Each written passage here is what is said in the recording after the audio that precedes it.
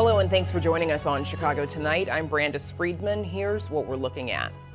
Chicago Public Schools gets a new funding formula, what it could mean for teachers and students. Plus, our Spotlight Politics team on the looming deadline to pass a state budget and the rough ride expected for the CTA and City Council tomorrow. And now to some of today's top stories. The consent decree ordering reforms for the Chicago Police Department could be expanding yet again, this time to include traffic stops. This change comes 2 months after the killing of 26-year-old Dexter Reed during a traffic stop where 4 officers fired 96 bullets in 41 seconds. In a statement, Chicago Police Superintendent Larry Snelling says he has agreed to allow a federal judge to oversee the department's use of traffic stops. Research has shown that police overwhelmingly stop Black and Latino drivers and only make an arrest, issue a citation, or recover a weapon in a fraction of those traffic stops. Our Spotlight Politics team will have more on this in just a few minutes.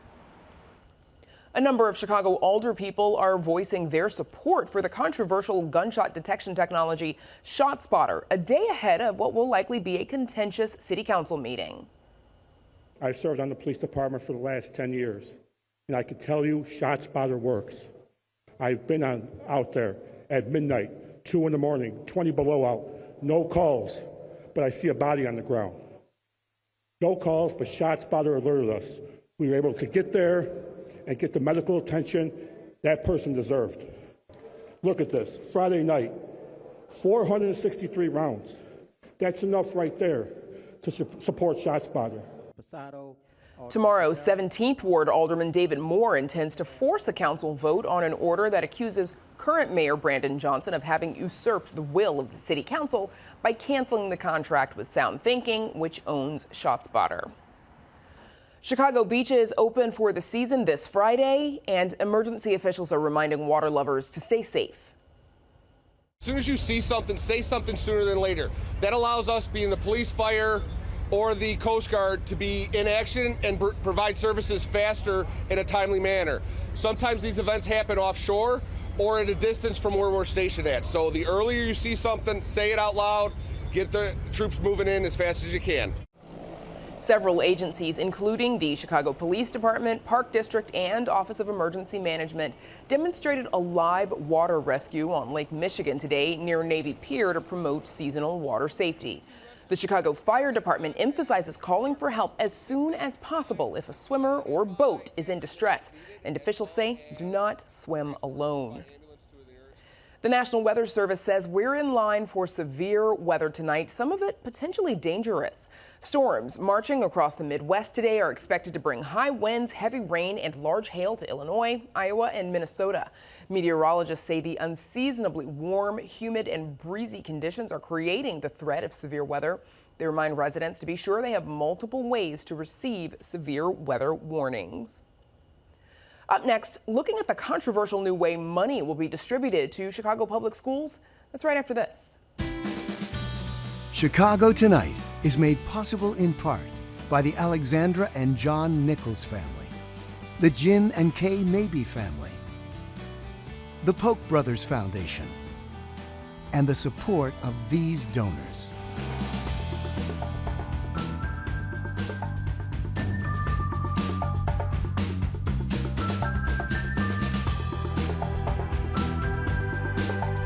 Chicago's school funding model is changing. Instead of basing school funding on student enrollment, as the district has done for the past decade, Chicago Public Schools is now taking a needs-based approach.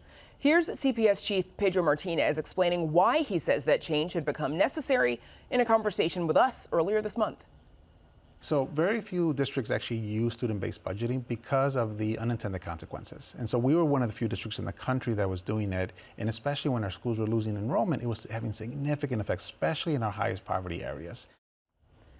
And joining us to discuss the impact of this major change are Uriah Muhammad, a parent and chair of the local school council at LaSalle Language Academy, Abigail Vences, a parent and member of the local school council at Mather High School, Maria Owens, a community representative and vice chair of the local school council for Hirsch Metropolitan High School, and Hal Woods, chief of policy at Kids First Chicago, which works towards sustainable, parent-driven improvements across Chicago's public schools. Welcome, all of you. Thanks for joining us. First, I want to kind of get a sense, before we talk about the impact on your individual schools, I'm wondering if you all even think that the school funding formula for CPS needed to change, that the existing model was broken, as CPS CEO Pedro Martinez has suggested. Uriah Muhammad, I'll start with you. I think something probably did need to change because, I mean, we've been underfunded as a district for at least the past 5 years. So CPS did have to, COVID money probably got us along the way for the majority of that time, and this year the COVID money has run out, so something did need to change. Abigail? Well, yeah, I think a majority of the schools are underfunded, and hopefully this new budget is going to help us for this coming year. I know that selective enrollment schools do have a bit more funding than those low-income schools, so hopefully those will help us get in the level field. Maria, do you think the school funding formula needed to change? So I'm very passionate about it, and yes, I like to say I think the system needed to be blown up. So I'm so glad that they're making this change. The problem is that it seems that some schools were getting starved out. Enrollment would go down, and then you would say, aha, now I'm going to base your income on these lower numbers that we caused. So yes, I think it's a very Glad to see a change. Okay. Hal Woods, I know you're going to have a different perspective than the parents we're talking to, but do you think that this needed to happen? I think that, as Maria alluded to, with enrollment declining across CPS for the last 20 years, we lost over 100,000 students in CPS. Having a purely enrollment-based way to fund schools was no longer working. We had, I think over the last 5 years, we've gone from 80 elementary schools now to 130 elementary schools that have fewer than 130 students. And with student-based budgeting, it was really hard for those schools to even provide foundational teacher positions at those schools. Sticking with you for a second, Hal, is it inevitable that this is a zero-sum game, that in order for some schools to get more money, others have to get less? I think if CPS can bring in new revenue, which we saw last week with the teachers union and also with Pedro Martinez going to Springfield, they can pay for some of the increased positions. CPS has added about 8,300 positions over the last 6 years, fueled mostly with COVID relief dollars. As Uriah said, those COVID relief dollars are the last $300 million is going to be next year. CPS does have a $691 million structural deficit. But I do think, what we saw this year is that some of the needs-based programming that CPS is providing, they've actually eliminated magnet selective enrollment extra funding that went to those schools as a way of being able to disperse funds to all schools. Does the district have any other options? If it wants to increase funding to neighborhood schools or schools with low-income populations, with students with greater needs, it's hard without new revenue sources coming in to be able to provide extra resources to those schools.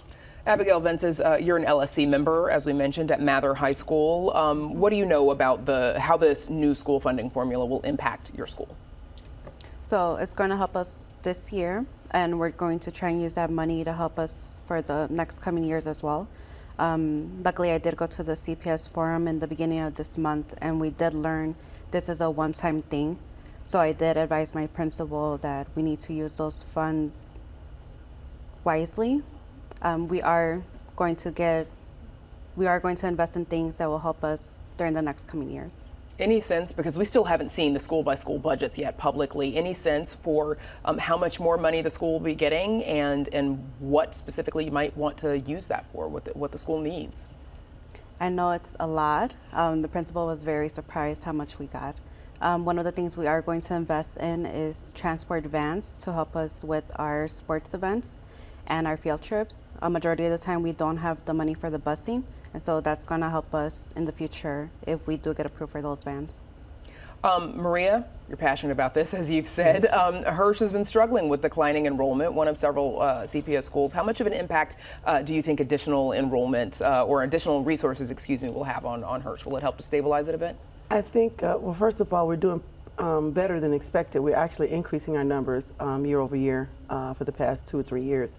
But obviously, any increase is great. Nobody's going to look to give horse to the mouth. However, because there are such severe needs that are pretty specific to low-income neighborhoods, I think that, yes, we're going to use it to do professional development type of things, resources to meet the needs for special needs of some of the students.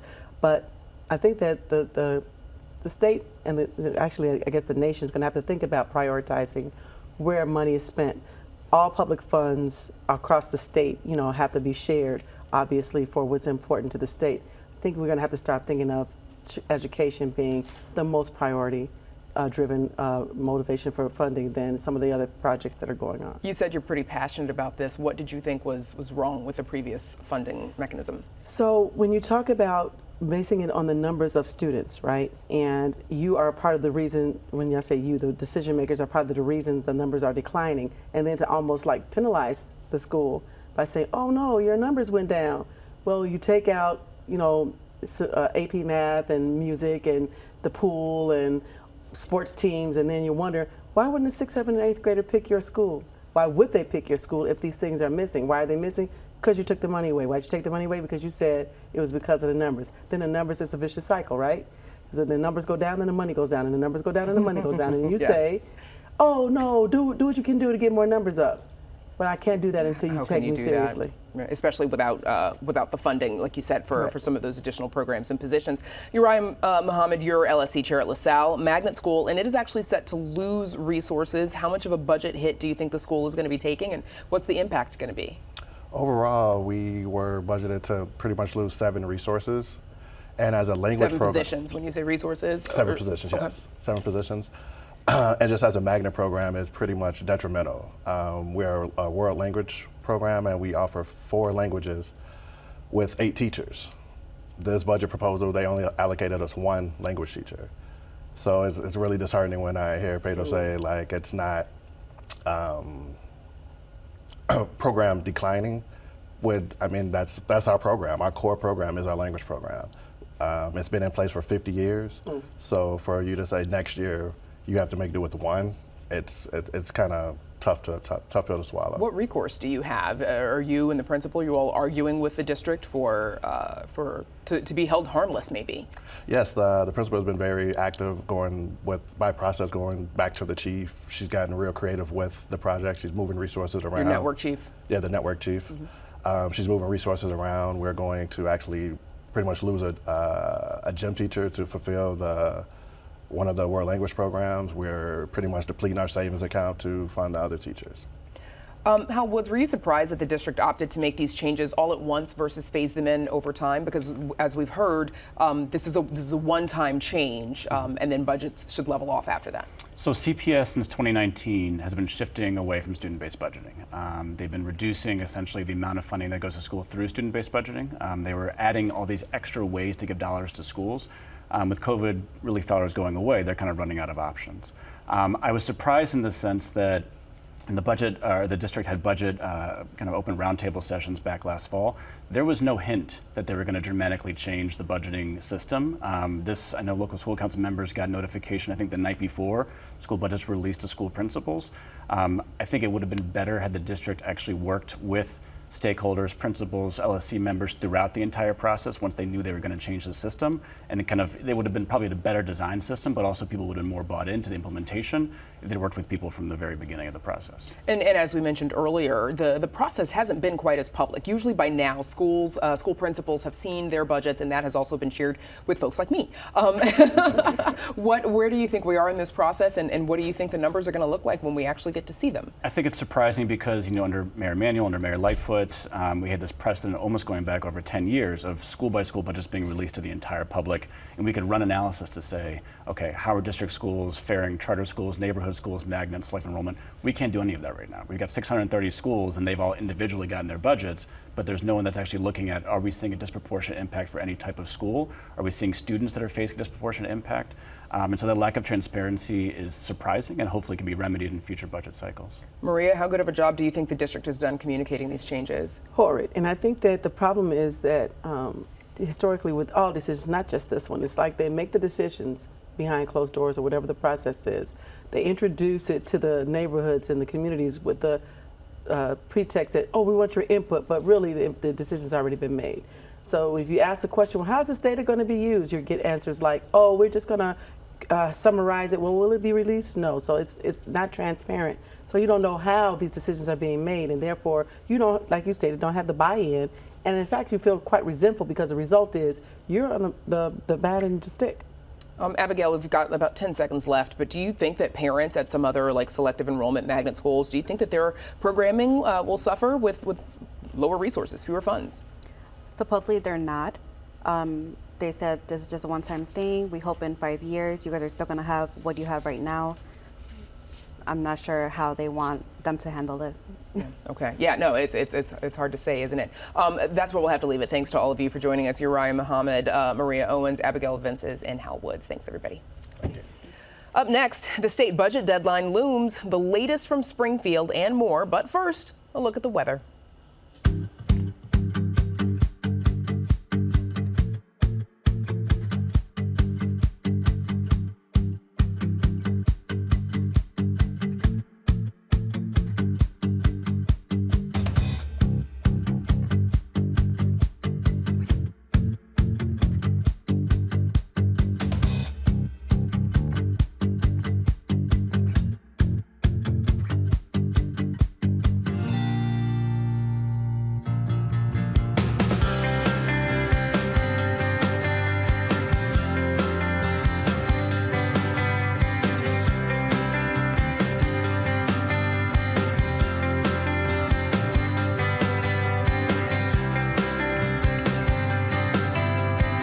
Friday's deadline looms large over lawmakers in Springfield. Though they've already passed hundreds of bills during this spring session, several major pieces of legislation remain unsolved. And of course, they still need to approve the state budget. While here in Chicago, Mayor Johnson is bracing for a potentially rough ride in City Council tomorrow, where a resolution to fire CTA President Dorval Carter, signed by dozens of alderpeople, is expected to be introduced. Here with all that and more is our Spotlight Politics team, Amanda Vinicky and Heather Sharon. Amanda Vinicky is coming to us from the safety of her car somewhere, hopefully near Springfield. But Amanda, tell us a little bit about some of the bills that did pass this week there. Yeah, on my way to Springfield, there was, however, a dust storm. And I don't know if you remember, about a year ago this time, people died on a highway in a dust storm. So I decided to make this safe choice en route to the Capitol. As you noted, though, Brandis, this is the time where really it is do or die time for legislation. And in a lot of cases, it is due. We've had movement on the way with measures that are passing both chambers that would do everything from creating a digital ID, so you wouldn't have to show physical driver's license, say, if you got pulled over, or maybe even at a bar. Instead, you just show it on your phone. Also protections for pregnant prisoners, protections as well for artificial intelligence, be it from cyberbullying or for artists, and maybe even journalists such as yourself. Really, as you noted, hundreds of bills going back and forth in the Capitol Rotunda. Okay, but then there are still several of the governor's major initiatives that are still waiting, and time is running out, as we know. What are the top legislative priorities for Democrats in the next few days? Well, as we speak, in fact, a Senate committee is moving and debating one of the governor's top priorities, and this is consumer protections for insurance. This is something that he made a big deal of in his State of the State and Budget address early in 2024, and now he wants to see it move. This would be things like literally just minutes ago before I hopped on with you, watching a hearing where they were debating putting an entire ban in Illinois on short-term insurance. Those are maybe insurance plans that you would get between jobs, but that critics say don't really do much. It's really just a waste of money. The insurance industry, of course, sees that otherwise and believes that these are protections. So those are one of the big measures going forward. Also, we did just have this morning movement on another initiative that's big for Governor Pritzker, who wants to make Illinois the Silicon Valley when it comes to quantum computing.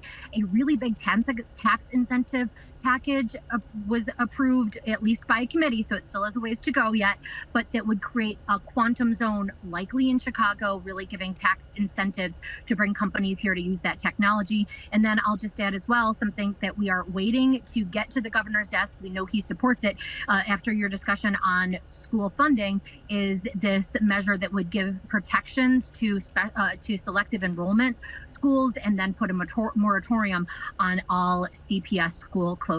That's almost to the governor's desk, but not there yet. All right, we'll keep an eye on that one for sure. So let's turn the conversation over to City Council for a bit. 27 alderpeople signing a resolution calling for the firing of CTA President Dorval Carter. Heather, this is non-binding though, right? Correct. So not even the mayor has the direct authority to fire Dorval Carter, who has been the CTA president since the days of Rahm Emanuel. So what the mayor does have control over is the CTA board. And so not only is this measure going to be introduced tomorrow, it could be blocked from advancing by the mayor's allies, but also the city council is supposed to vote on whether to confirm the mayor's choice of the Reverend Ira Acree to the Regional Transportation Authority Board. And that nomination got a whole bunch of controversy in committee because he does not have any sort of specific transit experience. He's a well-known faith leader, a civil rights leader, but not somebody who is well versed in sort of timetables and how you sort of get buses to where they're supposed to be on time. So that is going to be a fierce debate. It's going to be a long day tomorrow, and I'm sure Amanda's going to have several long days in Springfield going forward. If there are any people up to the task, it's you two. Amanda, city council members, though, they aren't the only ones who are looking for changes to public transit. We've been covering this, that there's legislation to consolidate the 4 regional transit agencies. What is the latest with that one? It's not going to happen, at least not now. Governor J.B. Pritzker actually went before the city club the first time since there was a ban after Jay Doherty got caught up and, found guilty in some of those ComEd corruption charges, who'd previously led the city club. And Pritzker said then he wants the transit agencies themselves to come forward with a plan. Not until then, he said, is he really going to be actively involved, wheeling and dealing. He said that he's looking to them to come up with some ideas in terms of any ways that they can reduce their spending and how they would go forward and consolidate. So not happening these final days of the legislative session. Heather, you also reported today that the scope of the federal court order requiring the Chicago Police Department to reform set to expand. We touched on it earlier in the show. What'd you find out? Well, so traffic stops are now very much an issue in how sort of CPD is dealing with the requirement to reform itself under the federal court order, which is now more than 5 years old. And we learned this week that CPD Superintendent Larry Snelling has agreed to allow the consent decree to expand to give the federal judge authority over the policies that govern traffic stops. Now, this comes amid sort of a push to ban what's known as pretextual stops. So if you think maybe somebody is engaged in criminal behavior and they have a broken taillight or their license isn't up to date, the police officers can pull them over and sort of search for guns and drugs. Now, some police officers believe that's a very effective technique. Critics say it is racially disproportionate. It targets Black and Latino Chicagoans. So this is something that now the judge is going to have authority to sort of decide whether the policy should be, what the policy shouldn't be. This will be the 3rd time the consent decree will expand in response to sort of outrage and misconduct. The first time over the mishandling of the George Floyd protests in 2020, the expansion of the problems with search warrants, as we saw with the Anjanette Young raid, and now traffic stops. So related to the Anjanette Young raid, Judge Paul Meyer, the federal judge who is overseeing the consent decree, seems likely to approve of the expanding of traffic stops, but not so much on other demands from police reform groups. What are those? So they had asked the judge to ban the CPD from using no-knock warrants. That's essentially police getting authority from a judge to just knock down the door and search for evidence. She said that there might be situations where CPD should be able to use that technique. Now, it's not something that's used very often, but when it does, and it is in somewhere who is not a criminal, it can have really severe repercussions. So this is something that's now back in the lap of the city council. The city council could vote to ban these no-knock warrants. Now, Mayor Johnson, back when he was candidate Johnson, endorsed such a ban. Whether he will put his weight behind a ban now that he's in office, we'll have to wait and see. I'm sure he'd be interested in the input of his superintendent, Larry Yes. Snelling, on that as well. Amanda, before we let you go, about 45 seconds left. Biggest challenge in Springfield, of course, is passing that state budget. What are some of the main sticking points right now? I talked to somebody that said really the main sticking point can be summarized in one word, and that's reality, meaning that you either have to pass additional revenue or in order to pay for additional programs, or you can't have that extra spending. And so this is really what it comes down to. It is a tighter budget year than in years past due to lack of COVID federal grant money for one. And so we do have this deadline of Friday. We'll learn tomorrow whether the General Assembly will meet that self-imposed deadline. Otherwise, they could go through the end of this month. Okay, with either real money or monopoly money. All right, that's Spotlight. Thanks so much, Heather and Amanda. And that is our show for this Tuesday night. Join us tomorrow night at 5:30 and 10 for Chicago Tonight Black Voices. Cook County State's Attorney Kim Fox's new plan to toss gun charges tied to some minor traffic stops. And some city council members are pushing to keep the controversial gunshot detection system known as ShotSpotter. Now, for all of us here at Chicago Tonight, I'm Brandis Friedman. Thank you for watching. Stay healthy and safe, and have a good night. We're on the Wild Shot.